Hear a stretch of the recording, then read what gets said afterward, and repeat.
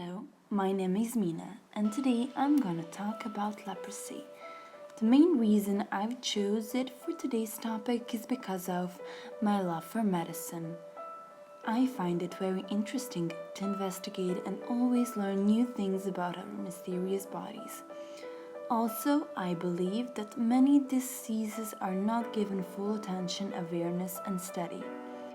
Leprosy is a disease that has been around since ancient times, often followed by terrifying negative stigmas and tales. From the oldest civilizations like China, India, and Egypt, leprosy was thought to be an incurable, demonic, and very contagious. Its name came from Latin word lepra, which means scaly. One of the first cases of leprosy is found in Egypt around 1000 years BC, and in Europe after the Alexanders the Great army came back from India. For a long time, leprosy was thought to be a hereditary disease, a curse or a punishment from God, often associated with sin. It did not kill, but neither did it seem to end. Instead, it lingered for years, causing the tissues to degenerate and deforming the body. Before and even after the discovery of its biological cause, leprosy patients were stigmatized and shunned. For example, in Europe, during the Middle Ages, leprosy sufferers had to wear special clothing. They had to wear ring bells to warn others that they were close, and even walk on a particular side of the road, depending on the direction of the wind. It is often mentioned in the Bible, and the main reason why is that it is a graphic illustration of a sin's destructive power. In ancient Israel, leprosy was a powerful object lesson of the debilitating influence of a sin in a person's life. The people learned that the ones infected were unclean physically and mentally. They had to wear torn clothes, their hair was not supposed to be cut, and it should hang loose.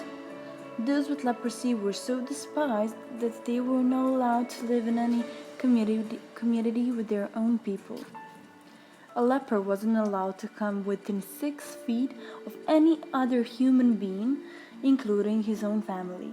The disease was considered so revolting that the leper wasn't permitted to come within 150 feet of anyone when the wind was blowing.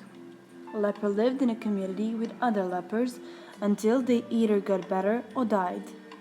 This was the only way the people knew to contain the spread of the contagious forms of leprosy. Leprosy is also known as Hansen's disease, named after the scientist who discovered it. It is caused by bacteria called Mycobacterium leprae. It is spread between people through cough and droplets from the nose, but contrary to popular belief, it's not very contagious.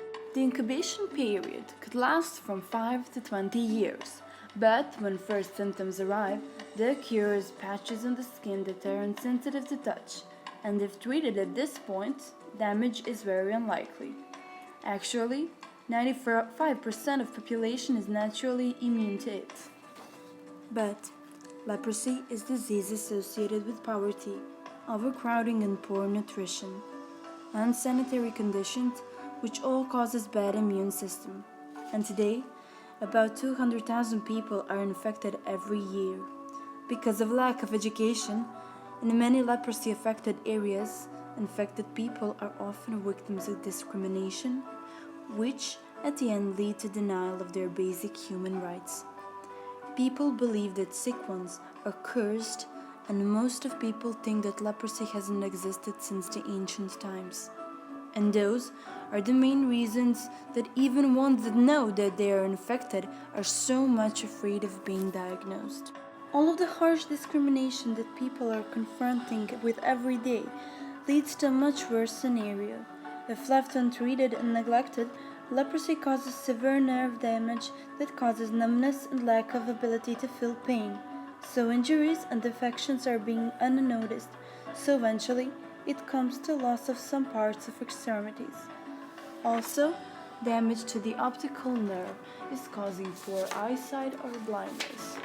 More than 3 million people today are living with some sort of permanent disability. One child is diagnosed by leprosy every 20 minutes.